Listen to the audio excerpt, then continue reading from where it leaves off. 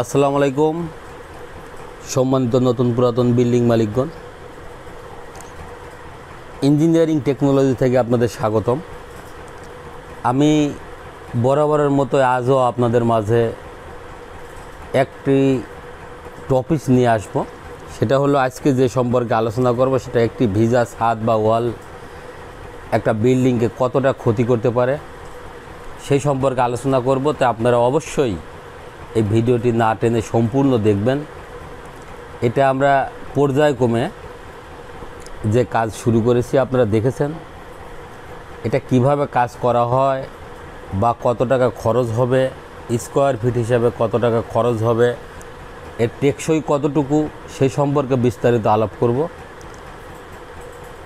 তো আপনারা প্রথম যে বিষয়টা আপনাদের জানিয়েছি সেটা দেখিয়েছি যে আপনারা দেখেছেন ছাদে প্রথমত আমরা যে কাজটা করি সেটা হলো ছাদের সিমেন্টের গুলা বা সিমেন্ট বালি খোয়া দিয়ে যে ঢালাই দেওয়া হয় সেইগুলো আগে আমরা উঠিয়ে নিয়ে এখন আপনারা যে বিষয় যেটা দেখছেন সেটা মেশিনের মাধ্যমে গ্রাইন্ডিং করা হয়।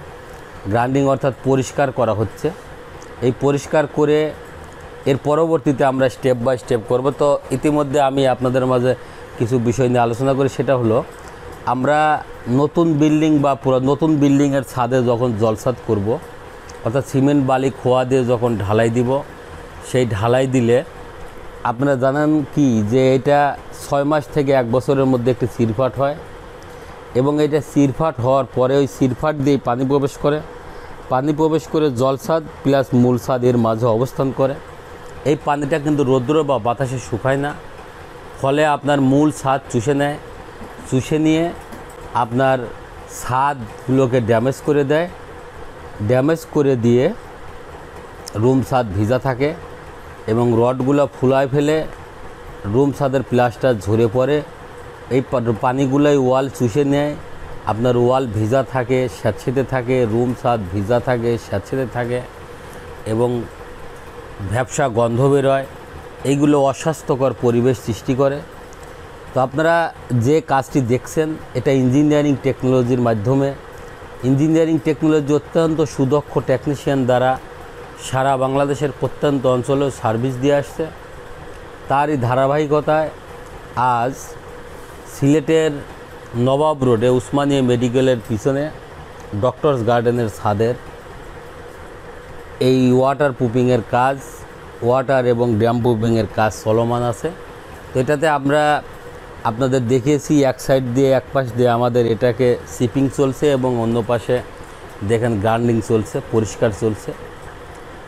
আমরা এই পরিষ্কারের পরে এর পরবর্তীতে যে কোডটা আপনারা দেখছেন, পরিষ্কারের পরে আমরা এটাকে আগে ওয়াটার প্রুফিং করে নিচ্ছি। দর্শক, এই ওয়াটার প্রুফিংটা কি সেটা যদি বলি তাহলে এই ওয়াটার প্রুফিংটা এমন একটি জিনিস, এটা একটা মেমব্রেন আর এটা অত্যন্ত ফ্লেক্সিবল।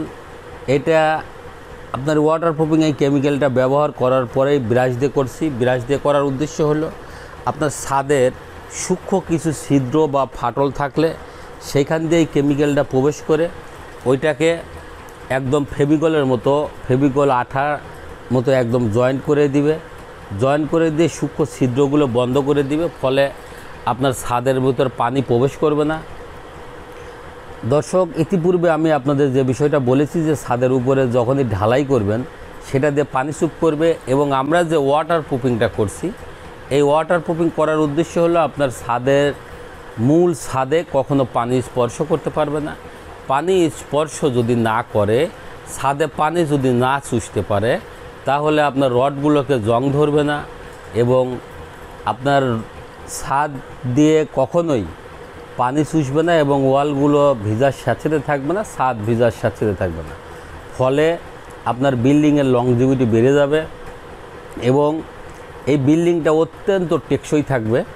আর একটা জিনিস হলো, এটা যখন আপনি ওয়াটার প্রুফিং করবেন, এই আমরা যে ওয়াটার প্রুফিংয়ে 1 কোট করছি এখন চলমান কোটটি, এই চলমান কোটটি এই 1 কোট করার পরেই যদি আমরা এটার উপরে পানি ঢেলে রাখি তাহলে মিনিমাম 10 থেকে 15 বছর আপনার ছাদের 1 ফোঁটা পানি চুপ করবে না।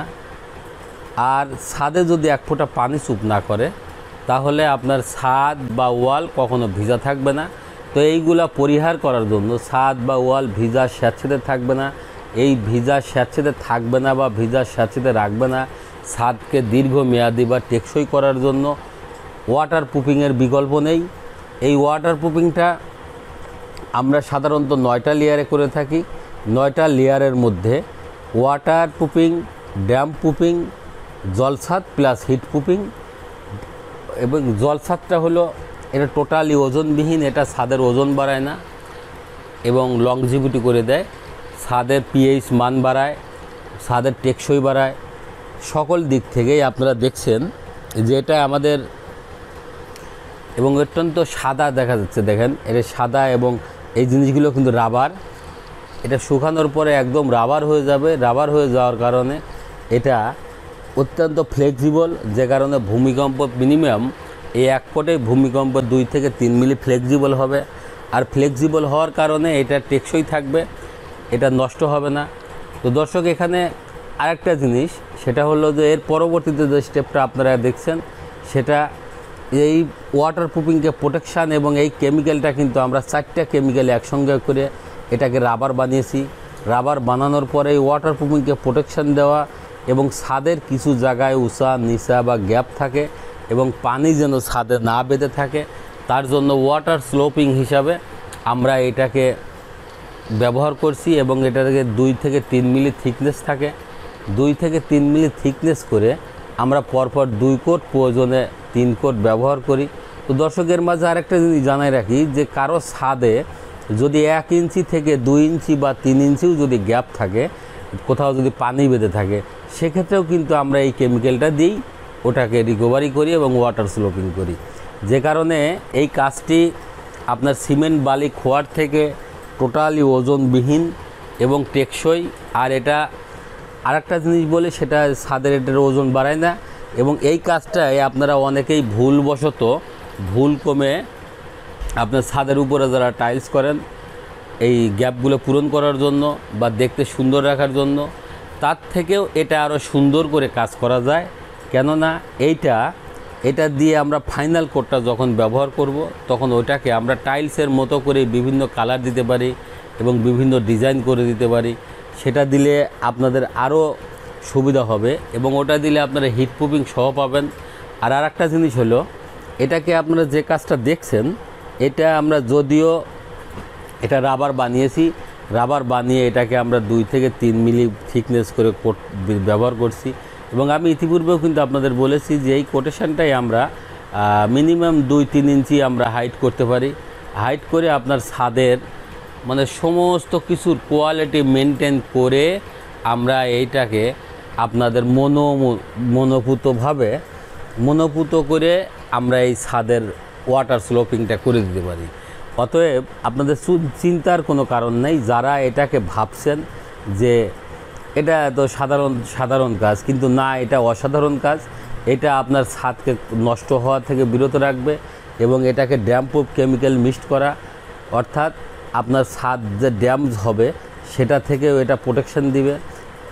যেমন আমরা যদি এই কাজটাকে অন্যভাবে ধরি, তাহলে দেখা যাচ্ছে যে আমাদের বাংলাদেশে যেমন করোনা হয়েছিল, ঠিক করোনার ভ্যাকসিন যেমন আমরা 1-2 ডোজ করে নিয়েছি, 3 ডোজ 4 ডোজ 4র্থ ডোজ পর্যন্ত আমরা করোনার ভ্যাকসিন নিয়েছি, ঠিক তেমনি এইটা আমরা এই নতুন বিল্ডিংকে আমরা ওয়াটার প্রুফিং ভ্যাকসিন দিচ্ছি, ড্যাম প্রুফিং ভ্যাকসিন দিচ্ছি, হিট প্রুফিং ভ্যাকসিন দিচ্ছি জলছাদের বিকল্প হিসেবে। অর্থাৎ হলো আমরা এই ভ্যাকসিনটা ব্যবহার করছি, হলো এই কেমিক্যালটা ব্যবহার করছে আপনার বিল্ডিং যেন আপনার ভিজা স্যাঁতসেঁতে না থাকে, কোথাও ড্যামেজ না হয়, রডগুলা যেন ভালো থাকে, রডগুলা যেন মশিরা না ধরে, আপনার রুম ছাদের প্লাস্টার যেন খসে না পড়ে, ছাদ বা ওয়ালের প্লাস্টারগুলো যেন খসে না পড়ে, আপনার ছাদ বা ওয়ালের রঙগুলো যেন ফুলে না ওঠে, আপনার বাথরুম বা কিচেনগুলো যেন ভালো থাকে। তো দর্শক, এর সাথে আরেকটা জিনিস যোগ করি, সেটা হলো আপনার ছাদের সঙ্গে যদি কোনো বাথরুম বা ওয়াল টাইলস করার আগে আপনারা যদি এই কাজটি বাথরুম বা ওয়ালের কিচেনে করে নেন, তাহলে আপনার একটা বিল্ডিংয়ের কোথাও 50 বছরের মধ্যেও আপনাদের কোথাও ড্যামেজ ধরবে না, ভিজা স্যাঁচেতে থাকবে না, রঙগুলো ফুলা থাকবে না এবং ভ্যাপসা গন্ধ থাকবে না। অস্বাস্থ্যকর পরিবেশ থেকে মুক্তি পেতে হলে ইঞ্জিনিয়ারিং টেকনোলজির এই কাজটি সম্পর্কে আগে জেনে নিন। এই কাজটির বিকল্প নেই। আর একটা জিনিস আমি বলছি, সেটা হলো ইঞ্জিনিয়ারিং টেকনোলজি বাংলাদেশে এই প্রথম যে আপনার 9টা লেয়ারে কাজ করছে এবং আমরা 12 ডিগ্রি পর্যন্ত তাপমাত্রা রিডিউস করতে পারি। কেননা আমরা এই 9টা লেয়ারে কাজ করার মাধ্যমে আপনারা অন্য অন্য কোম্পানি যদি 5 ডিগ্রি কম তাপমাত্রা কমায় বিল্ডিংয়ের, আমরা কিন্তু 9টা লেয়ার করার কারণে আমরা 12 ডিগ্রি পর্যন্ত তাপমাত্রা রিডিউস করতে পারি।